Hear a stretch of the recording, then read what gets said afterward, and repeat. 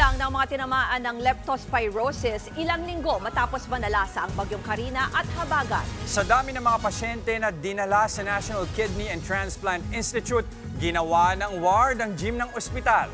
Problema pa ang kakulangan sa mga doktor at nurse sa NKTI.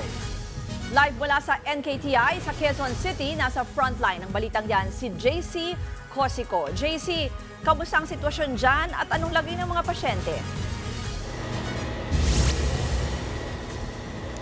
Ruth, ilang linggo nga pagkatapos yung mga pagbaha dulot ng bagyong Karina at Habagat, dumami nga yung mga patients ng leptospirosis dito nga yan sa NKTI. Kaya itong kanilang gym, ginawa na nga nilang ward.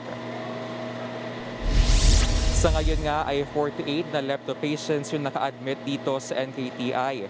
At 30 nga dyan ay narito sa kanilang gym kung saan nag-add na nga ng mga folding beds para nga mas maraming mga patients yung ma-accommodate.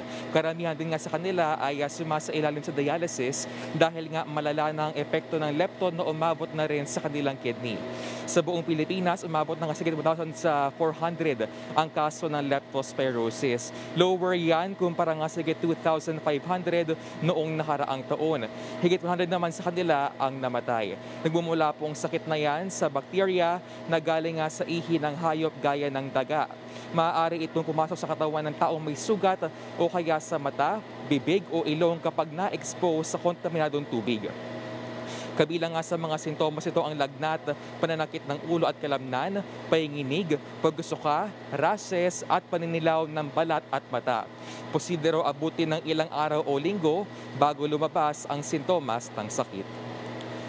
Ruth, hindi naman isinasantabi ng NKTI yung possibility na tumaas pa itong mga kaso nga ng leptospirosis dito nga sa NKTI. At sa ngayon nga ay kailangan doon nila ng mga additional na mga health worker.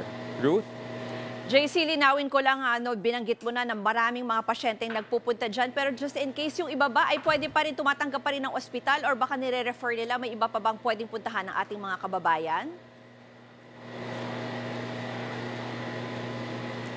Ruth, I have to get back to you on that. Pero sa ngayon daw ay meron pa rin mga patients na naghihintay na ma-admit dito nga sa kanilang, sa mismo sa mga kwarto nga sa mga, dito nga sa gym. Dahil nga as we speak, yun daw kanilang ER ay puno pa rin na hanggang sa ngayon, Ruth.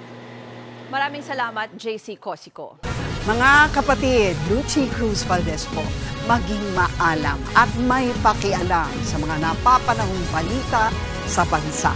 Tumutok at mag-subscribe sa News 5 social media pages.